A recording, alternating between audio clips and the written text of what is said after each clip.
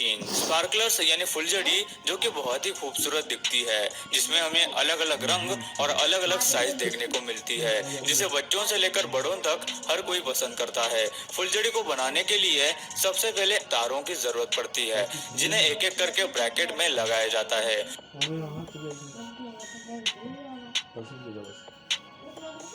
फिर उस ब्रैकेट को स्पार्कलर्स के सॉल्यूशन में डुबाया जाता है और उन्हें सूखने के लिए रखा जाता है।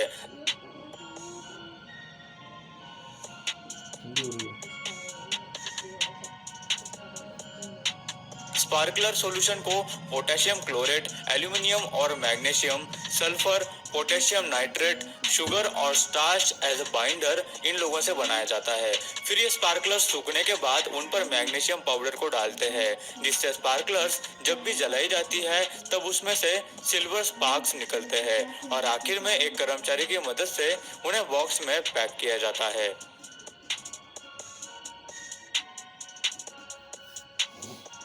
पटाखे मेकिंग।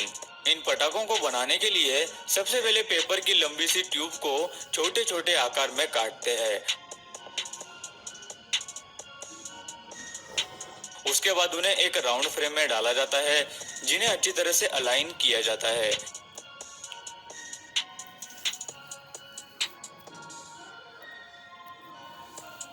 बनाए गए राउंड्स की ऊपर की तरफ से टिश्यू पेपर लगाया जाता है और नीचे की तरफ से मिट्टी को लगाया जाता है,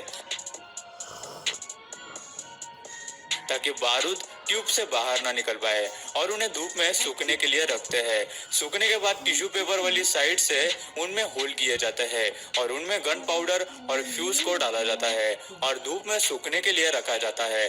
मिट्टी सूखने के बाद उसे तोड़ा जाता है और पटाखों को अलग किया जाता है। उसके बाद सभी क्रैकर्स को हाथ से बांधकर उनकी लड़ी बनाने का काम किया जाता है और उन्हें प्लास्टिक में पैक कर दिया जाता है। अभी आपने जो प्रोसेस देखी है वो पूरी तरह से हैंडमेड थी, लेकिन इन्हीं क्रैकर्स को चाइना जैसे देशों में मशीन से भी बनाया जाता है। मशीन पेपर स्ट्रिप से रोल्स बनाने का काम करती है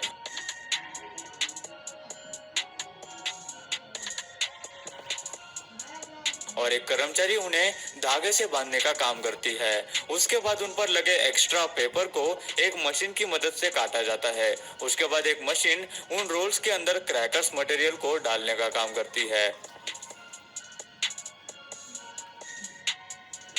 उसके बाद उन्हें एक कन्वेयर बेल्ट की मदद से एक मशीन में भेजते हैं, जहां उन पर लगाए गए फ्यूज को अच्छी तरह से फिक्स किया जाता है और उन्हें फिर पैक किया जाता है और ऐसे ये मार्केट में आते हैं।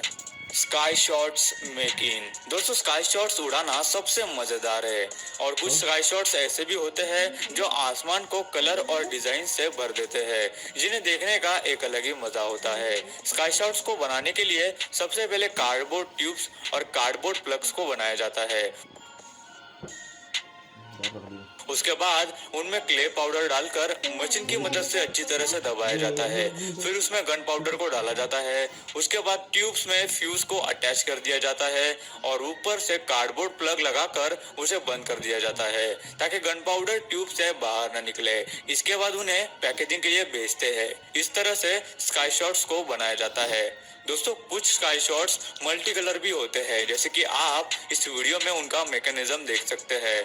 ये मैकेनिज्म आसमान में जाने के बाद अपना काम करता है, जिसमें सबसे पहले सेंटर वाले शॉट्स को ट्रिगर किया जाता है, जिसके बाद उसके साइड वाले शॉट्स इग्नाइट हो जाते हैं और अलग अलग डायरेक्शन में जाकर थोड़ी देर बाद फटते हैं। इस तरह से हमें आसमान में मल्टी कलर स्काई शॉट्स का नजारा देखने मिलता है। अनार मेकिंग। अनार बनाने के लिए सबसे पहले अनार के बाहर का हिस्सा बनाया जाता है, जिसमें स्पेशल कार्डबोर्ड को कोनिकल शेप में रोल किया जाता है। उसके बाद उसमें gun powder, magnesium, potassium nitrate का मिक्सचर भरते हैं और नीचे से कार्डबोर्ड प्लग लगाकर उसे बंद कर देते हैं और उस पर मिट्टी की कोटिंग की जाती है। उसके बाद उसे सूखने के लिए रख देते हैं। अनार सूख जाने के बाद उनमें फ्यूज को इंस्टॉल किया जाता है और आगे भेजा जाता है, जहां अनार पर पेपर को रैप किया जाता है और स्टिकर्स को लगाया जाता है। स्टिकर्स लगाने के बाद उन्हें बॉक्स में भरा जाता है और मार्केट में लाया जाता है।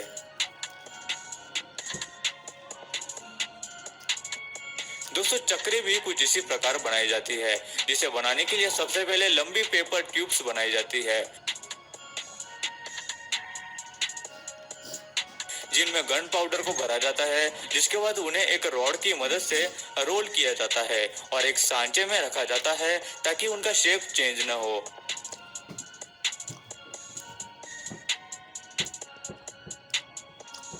उसके बाद रोल की गई ट्यूब के ऊपर और नीचे की तरफ कवर लगाया जाता है और उन्हें पैक किया जाता है और फिर यह मार्केट में आ जाती है।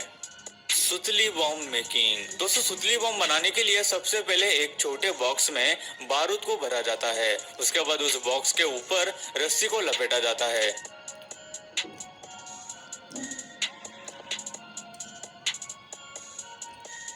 जिसके बाद सुतली बॉम्ब में फ्यूज लगाकर उसे कलर किया जाता है।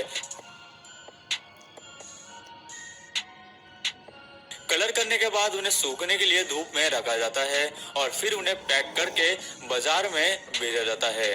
तो इस तरह से बनाए जाते हैं हमारे धमाकेदार सुतली बॉम्ब। Umbrella making. बारिश में सबसे काम आने वाली चीज मतलब अम्ब्रेला। मार्केट में बारिश के लिए रेनकोट्स भी मिलते हैं, लेकिन फिर भी ज्यादातर लोग अम्ब्रेलास को ही इस्तेमाल करते हैं क्योंकि ये बारिश में बहुत ही कंफर्टेबल होती है। लेकिन क्या आप जानते हैं कि इन्हें आखिर कैसे बनाया जाता है? इन्हें बनाने के लिए ज्यादा से ज्यादा हाथों का ही इस्तेमाल किया जाता है। जहां एक वर्कर पहले अम्ब्रेला के हैंडल को बनाने का काम करता है, वही उसकी पॉलिशिंग भी की जाती है। उसके बाद वर्कर एल्यूमिनियम के तारों को टॉप से ट्रायंगुलर शेप दे देता है, बाद में उसे हैमर से दबाकर पतला करता है जिसे बाद में अम्ब्रेला में फिट किया जा सके।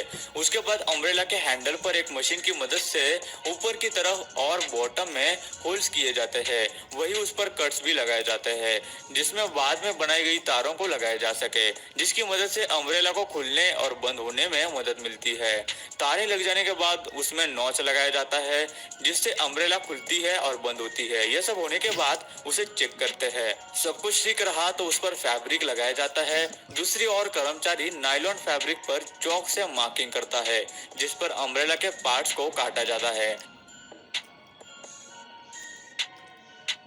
काटे गए सभी पार्ट्स को एक साथ स्टिच करते हैं, जिन्हें बाद में एक वर्कर की मदद से अम्ब्रेला की तारों पर स्टिच किया जाता है और इस तरह अम्ब्रेला पूरी तरह से बनकर तैयार हो जाती है। Cooker making. दोस्तों अक्सर खाना बनाने के लिए प्रेशर कुकर का इस्तेमाल किया जाता है जिससे समय और गैस की बचत होती है। आज हम आपको दिखाएंगे कि आखिर इन्हें फैक्ट्री में कैसे बनाया जाता है। सबसे पहले एक एल्यूमिनियम डिस्क को पंच मोल्डिंग मशीन में डालते हैं, जहां डिस्क को पंच करके उसे कुकर का आकार दिया जाता है। उसी तरह दूसरी एल्यूमिनियम डिस्क को अलग मोल्डिंग मशीन में डालते हैं, जहां उसे मोल्ड करके कुकर के ढक्कन का आकार